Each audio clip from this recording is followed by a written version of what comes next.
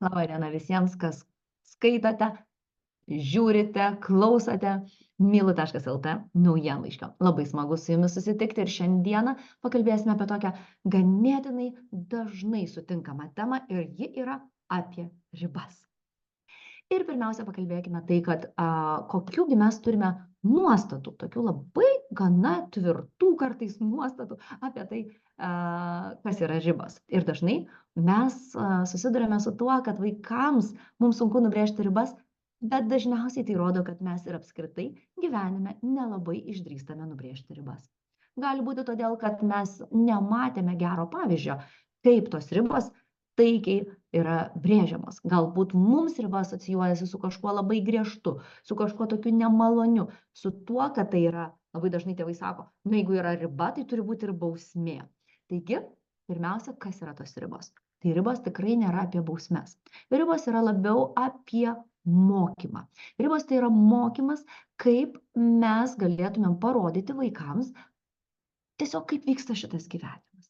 Kas yra priimtina, kas yra ne. Kas yra pavojinga, o kas yra ne. Kas yra šiandien galbūt tinkamas elgesys, o kas galbūt bus tinkamas elgesys kažkada, kai jie paaugs.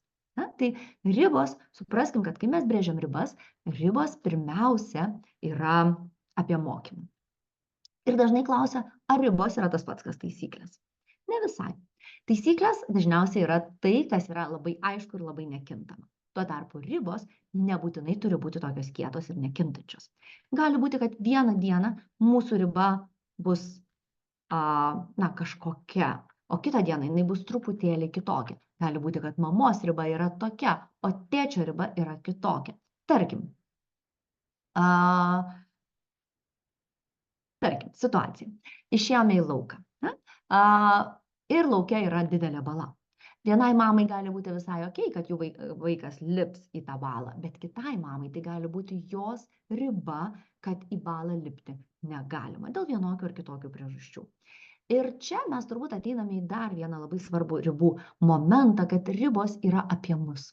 Tai nėra apie kažkokias tai, arba tai ne tik apie kažkokias tai nustatytus visuomenės dalykus. Arba tai, jog kaimynė neleidžia kažko daryti vaikui, visiškai nereiškia, kad ir aš turiu neleisti. Ribos yra pirmiausia apie mus. Ribos yra apie tai, kad mes savo erdvėje galėtumėm gyventi taikiai ir komfortiškai. Todėl taisyklės dažniausiai būna tai, kas yra labai griežta ir tarsi galioja visiems, bet riba visai nebūtinai yra tai, kas yra nekintama. Nes gali būti, kad štai įprastomis dienomis mes saldumynų nevalgome, tačiau tada, kada yra kažkokia šventė, mes leidžiame daugiau. Ir tai yra apie gyvenimą. Ribos yra apie gyvenimą. Ribos parodo, kaip mes iš esmės naviguojame gyvenime. Mes taip pat per ribas komunikuojam vaikam, kas man patinka, mes tarsi jiems leidžiam žinoti ir apie save, pažinti save, kas man patinka, o kas man nepatinka. Šiandieną aš galbūt noriu žaisti, bet kitą dieną aš nubrėšiu labai aiškią ribą, žinok, ne, aš žinau, aš suprantu, kad tu nori žaisti, bet ne, aš šiandieną esu pavargus, šiandieną aš nežaisiu ir tai yra mano riba. Ir taip yra normalu ir natūralu nubrėžti ribą dėl to ir pasakyti vaikams, kad aš, pavyzdžiui, nedarysiu to, ko tu manęs šiandien prašai. Ir turbūt dažnai iškyla toks, kalbant apie ribas, labai svarbu apsibrėžti tą amžiaus grupę, apie kurią mes kalbame. Dėl to, kad vienaip mes brėžiame ribas su todleriais, kitaip mes brėžiame ribas su paaugusiais vaikais. Ir dažnai kyla klausimas, ar jau galima brėžti ribas? Tai iš esmės mes ir tą ir darome. Mes sustabdome tam tikrą vaiko elgesį ir tai jau ir yra riba. Tarkim, 8 mėnesių kūdikį laikom ant rankų ir jisai mums peša plaukus ir mes švelniai sakom, žiūrėk, paleisk mano plaukus, man skauda, kai taip darai. Ir patraukiam jo rankytę ir tai jau galima laikyti riba. Ir tai iš tiesų ir yra riba, mano riba. Man nepatinka, jeigu man kažkas peša plaukus. Dalykas, kurį turėtumėm valdyti, tai yra mūsų lūkesčiai.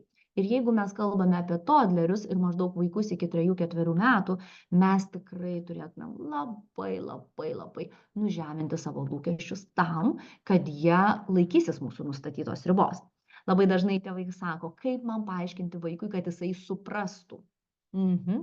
Jisai supranta, bet jo smegenys kol kas neturi resursų prisiminti ir ribos laikytis. Todėl, kai mes kalbame apie todlerius arba mažus vaikus, pirmoji ribų taisyklė yra, kad jų būtų kuo mažiau. Jeigu mes matome, kad vaikas nuolatos nori, nežinau, kapstyti vazonus, tai mes nemokome jo nekapstyti vazonų, ne? Bet mes pakeičiam aplinką, mes patraukiam tuos vazonus į šoną. Jeigu mes matom, kad mūsų vaikas nori mėtyti maistą valgydamas, mes, neužteks jam tik paaiškinti, kad maisto mėtyti negalima, arba paaiškinti, kad maistas lieka lėkštėje. Mes taip pat turėsime kažkurioje vietoje užbrėžti ribą ir pasakyti, aha, aš matau, kad tu mėtai maistą. Reiškiasi, mūsų valgymo laikas yra baigtas. Taip pat vėlgi, bet čia yra labai asmeniška šita riba. Man, tarkim, yra labai sunku išbūti šalia, kai vaikai, pavyzdžiui, žaidžia su maistu. Tačiau kažkam žaidimai su maistu yra visiškai normalus dalykas. Todėl čia visą laiką turim paklausti savęs. Ir jeigu mes jau jaučiam savo kūne įtampą tam tikroje situacijoje, jeigu mums jau nepatogu, tai yra ženklas, kad mes turėtumėm užbrėžti ribą ir turėtumėm stabdyti. Taigi, grįžtant prie amžiaus, mažiems vaikams, todleriams, mes maksimaliai stengiamės, kad ribos nereiktų, kad ribų būtų kuo mažiau, kad mes galėtumėm sukurti tokią aplinką, kurioje mūsų vaikai galėtų patirti sėkmę. Tai yra kuo mažiau jiems pagundų pasielgti netinkamai tam tikrą prasme. Tačiau net ir pakeitus aplinką, mums tikrai labai daug kartų reikės pakartoti, priminti ir nušokant nuo pakartoti, mums reikės vaikams parodyti, kur yra riba. Tai reiškia, kad neužtenka vaikui tik tai pasakyti, daužyti žaisliuku per lango stiklą negalima, langas gali išdužti. Ne, mes iš karto prieiname prie vaiko, sulaikom jo rankytę ir sakom, žiūrėk, čia daužyti negalima. Ir pasiūlom, kur jisai galbūt gali daužyti, jeigu tokia galimybė yra, tačiau tu gali daužyti į grindis, į stiklą neleidžiu. Tai jau čia ta schema ribų yra. Sulaikydami pasakom, pasiūlom alternatyvą. Tai čia kalbant apie mažus vaikus. Vyresniems vaikams, schema iš esmės labai stipriai nesikeičia, bet mes jau galim turėti truputėlį daugiau lūkesčio, kad vaikas prisimins. Ir dažnai mes matom, kad vaikai prisimena, tačiau kartais jie tarsi specialiai bando ribas. Ir kai mes jaučiam, kad vaikai bando ribas tarsi specialiai, tai yra pirmas ženklas, kad mes kažkur galbūt turim sukauptų emocijų arba vaikas nori su mumis daugiau ryšio. Taigi ribos, kartais ribų bandymas nėra tik ribų bandymas. Ribų bandymas labai dažnai yra komunikacija, kad aš noriu su tavim daugiau ryšio. Ir keliaujam prie šiandien trumpą pabandysiu padaryti įrašą tiesiog priminimui apie ribas ir kągi daryti, jeigu mes ribą tai nubrėžiam, bet vaikas to nedaro. Pirmiausia, vėl grįžtant prie to, ką kalbėjom, paklausim savęs, o kas už to, kas už šito elgesio, kas už pasipriešinimo. Galbūt yra sukauptų emocijų, galbūt yra trūksta ryšio, galbūt vaikas šiuo metu yra įsitraukęs į kažkokį visiškai kitą veiklą ir jam nei biškio nerūpi, kad mes paruošiam pietus ir jisai tikrai neis valgyti. O gal jis taip labai skuba grįžti pas savo žaisliukus, kad grįžęs iš lauko visai nenori nusiauti ir gražiai pasidėti batų. Nes vaikai, jų smegenys veikia pagal tokį intereso principą.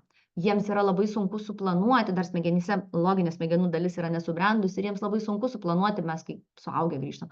Aha, mes grįžom. Pirmiausia, nusiaviau batus, tada nusiploviau rankas.